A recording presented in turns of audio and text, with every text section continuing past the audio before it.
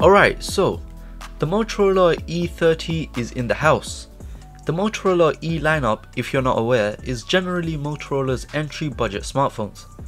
The E30 is one of the most recent model to be released. So getting straight into the point, the E30 uses a plastic back as well as a plastic frame. It's the typical build quality you would expect to find on a budget phone. On the left of the phone is the SIM tray slot with dedicated micro SD card slot.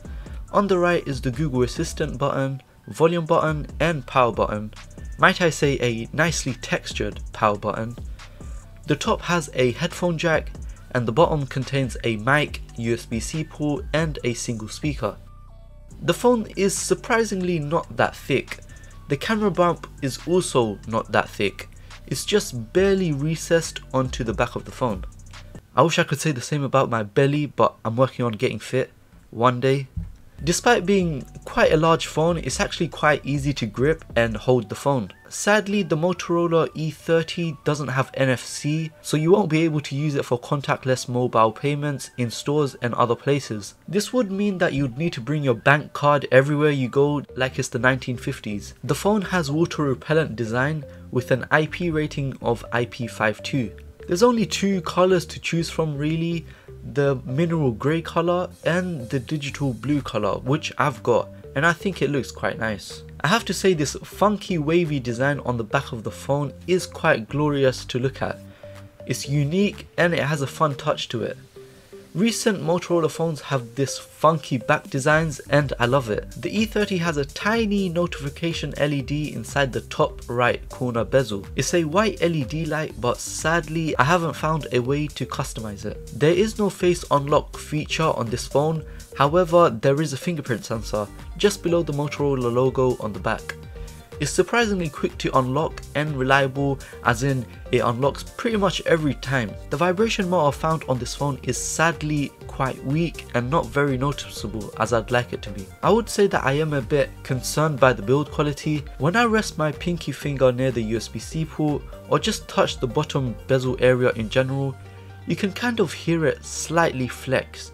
There is a small creaking sound which has me a bit baffled if this is normal build quality.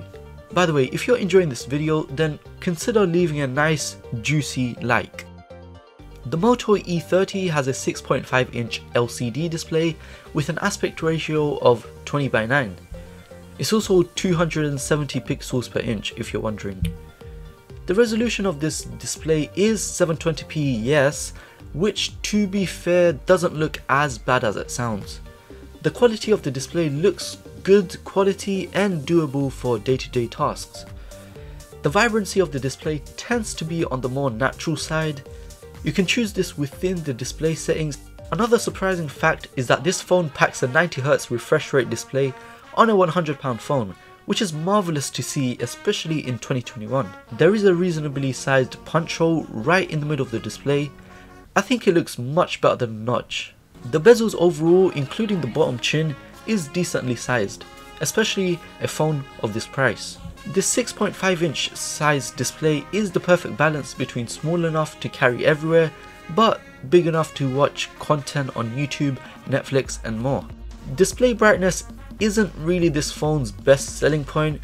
Sure, it's fine to use indoors, but you take it outdoors, particularly on a bright sunny day, you may wish that the display could be just a bit brighter. The processor that the E30 packs is an entry-level processor, the Unisoc T700 chipset based on 12nm. Generally, the Unisoc T700's performance is very satisfactory. When opening social media apps and lightweight apps, it's smooth and quick in opening apps.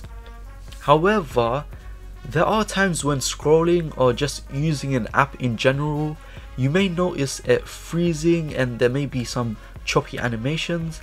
Now, I'm not saying this happens all the time, but sometimes it does happen. I don't know if it's the processor that is at fault or the Android Go operating system if it's at fault. As for the Wi-Fi speeds on this processor, it's kind of displeasing. The Wi-Fi speeds are, my Wi-Fi speeds are 70 megabits per second down and 19 megabits per second up. However, on the Motorola E30, I'm only able to get about 18 to 20 megabits per second down and 14 to 15 megabits per second up, which is a bit strange. However, in general day-to-day use, the Unisoc T700 is more than good enough for usage. The GPU this phone packs is the Mali G52. It can run lightweight apps like Subway Surf, racing games and other games smoothly. However, when you get to heavy games like PUBG Mobile, it's really not a pleasant experience. It lags all the time, you get like 10 to 15 FPS, which puts you at a huge disadvantage to your enemies.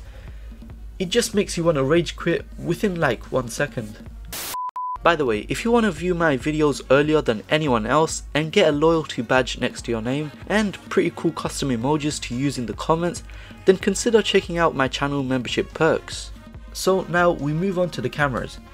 The back cameras are as follows: a 48 megapixel main camera, 2 megapixel macro camera and a 2 megapixel depth sensor. Yeah, I'm not very happy that there's a depth sensor, I don't know why it's there. And same goes for the macro camera, it's so pointless, but anyways. You can record up to 1080p at 30 FPS with the back camera. As for the front, it's a 8 megapixel selfie camera with video recording capability of 1080p at 30 FPS as well. One thing I really have to say is that when you take pictures on this phone, it captures instantly and is snappy. Same could be said about the video recording too. Usually on these budget phones the camera app tends to be laggy and not smooth, but not on this phone. Taking pictures on the E30 is smooth as fat-free butter. The shots you can capture on this phone are really immaculate. The photos are bright, they're colourful, crispy and contains much details. The photos looks great and high quality. By the way, this phone has some sort of night mode called night vision. Although the night mode photos may seem to have a bit of noise, other than that the night mode photos are quite detailed and bright. Having this night mode option is better than nothing. By the way, I didn't bother taking macro photos because it's a 2 megapixel camera and to me is pointless due to the low quality. The selfie photos are a bit meh. The colours look a bit washed out and the dynamic range as well as the details isn't as good as the back camera. The selfie camera is just average. As for the video recording on this phone, it's also fine and acceptable. The stabilization, however, is on the shaky side, but other than that it's generally good. Not sure that.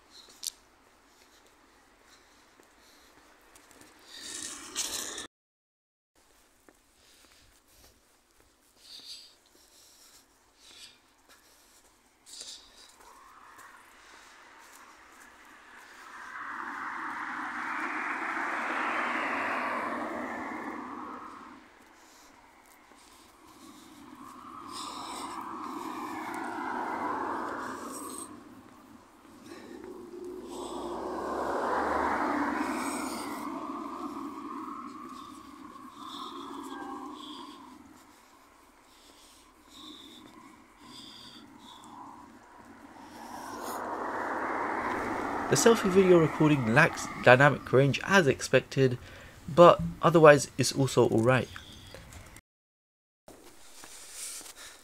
1080p Full HD front camera test. The dynamic range really isn't the best, but it's a budget device.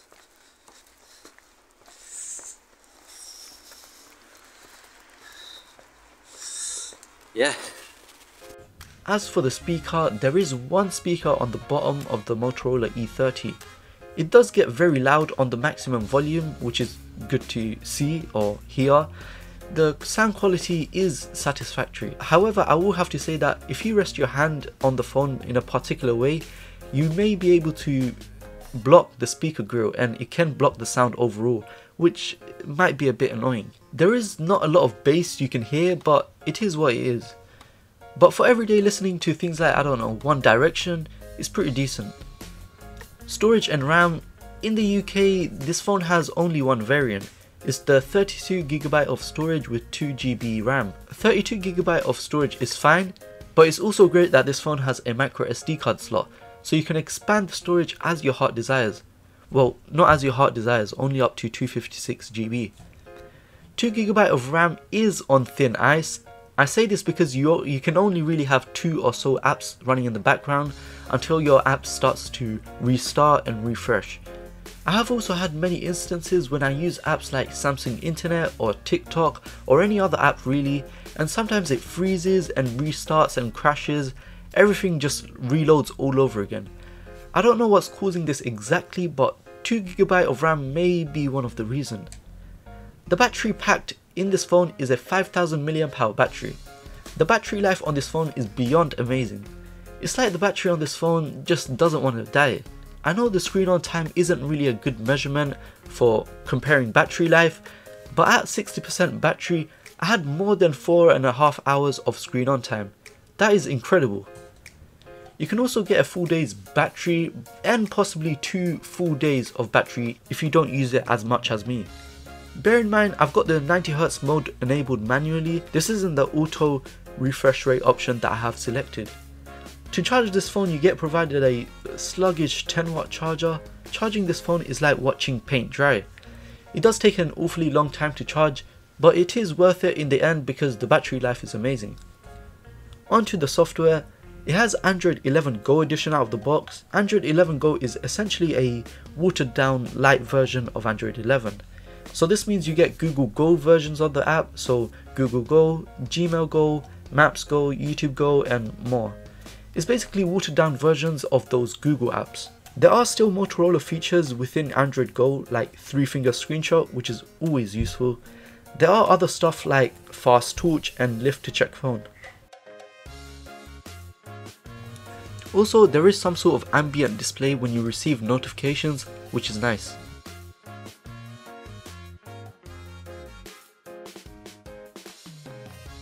There were many times when I was taking night mode photos on this phone and the camera straight up crashed multiple times. And the upsetting thing is that the night mode photos that I captured never ended up saving. I've got no clue why the apps keep crashing. I don't know if it's the RAM, I don't know if it's the processor or Android Go. The Motorola E30 is priced at £99 in the UK, aka £100. It's one of Motorola's best value smartphone, well, scratch that. It's one of the best value smartphone on the market available right now, hands down. With the specs this phone has, it truly is a value worthy device. Anyways, that's all for today's video. Let me know what you think of the Moto E30. Is it a good device or not? If you enjoyed this video, then consider pressing that juicy like button. And if you like tech, then consider subscribing and turning on bell notifications to be notified when I upload. Anyways, see you in the next video.